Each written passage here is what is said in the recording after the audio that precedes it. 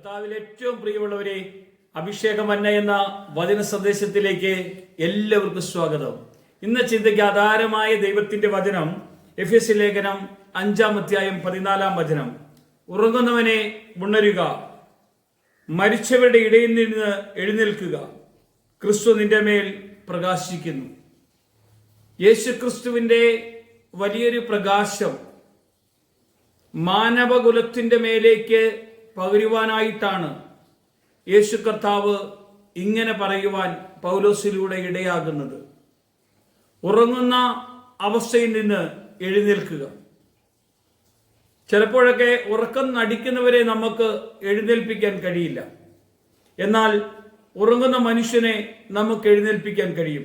എന്തിനാണ് അവിടുന്ന് എഴുന്നേൽപ്പിക്കുന്നത്? മരിച്ചവരുടെ ഇടയിൽ നിന്ന്. മരിക്കുക എന്ന് പറഞ്ഞാൽ പാപത്തിന്റെ, ലോകത്തിന്റെ, അന്ധകാരത്തിന്റെ, തിന്മയുടെ ഈ ബന്ധനങ്ങളിൽ നിന്നെല്ലാം അവിടുന്ന് വിടുവിച്ച് ദൈവകൃപയിലേക്ക് വരുവാൻ വേണ്ടിയാണ് അവിടുന്ന് പൗലോസ് പറയുന്നത്. അതുകൊണ്ട് എന്തിനാണ്? ക്രിസ്തു നിന്റെ മേൽ പ്രകാശിക്കേണ്ടതിന്. മരണത്തില് കഴിയുന്ന വലിയ ജനതയുടെ മേലേക്കാണ് ഒരു വലിയൊരു പ്രകാശം അവിടുന്ന് പരക്കുവാൻ, അവിടുന്ന് അയക്കുവാൻ ദൈവം ഇടയാക്കിയത്. യേശുക്രിസ്തുവിന്റെ മഹത്വമാണത്, യേശുവിന്റെ ശക്തിയാണത്. നമ്മുടെ മേൽ പ്രകാശിക്കുന്ന ഒരു സത്യ വെളിച്ചം ലോകത്തിലേക്ക് വന്നത് അത് യേശു കർത്താവാണ്. യേശുവിന്റെ ആത്മീയ ചൈതന്യം നമ്മൾ അനുഭവിക്കേണ്ടതിനാണ്. നിങ്ങൾ എന്നെ പോലെ ആകുക എന്ന് യേശു പറയാൻ കാരണം, നമുക്കാർക്കും യേശുവിനെ പോലെ ആകാൻ കഴിഞ്ഞില്ലെങ്കിൽ യേശുവിന്റെ അഭിഷേകവും അവന്റെ പ്രകാശവും നമ്മുടെ മേൽ പകരുമ്പോൾ നമ്മൾ തേജസ്സുള്ളവരായി മാറാൻ ഇടവരും. എങ്ങനെ മാറണം? ഉറങ്ങുന്ന അവസ്ഥയിൽ നിന്ന്, ഉറങ്ങുന്ന ആ സാഹചര്യത്തിൽ നിന്ന് നമുക്ക് മാറണം. നിനവേലേക്ക് യോന പ്രവാചകൻ പോകുന്നതിന് മുമ്പ് യോന കിടന്നുറങ്ങുകയാണ്. എന്തുകൊണ്ട്?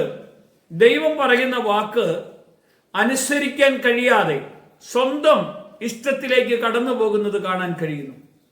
ഉറങ്ങുന്നവന് അവന് ദൈവത്തിൻ്റെതായ പ്രകാശം ലഭിക്കുന്നില്ല. പ്രിയമുള്ളവരെ, നമ്മൾ ഒരു പ്രഭാതത്തിൽ തന്നെ നേരത്തെ ഉണർന്ന് ദൈവസന്നിധിയിൽ ഒന്ന് പ്രാർത്ഥിക്കാൻ കഴിയുമോ?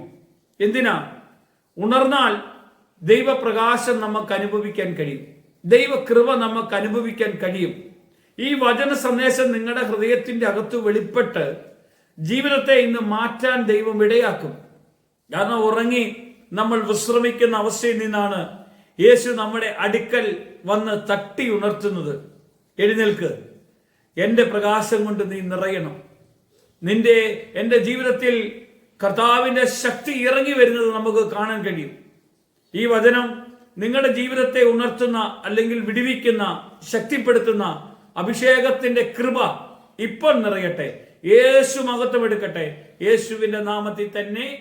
ആമേൻ.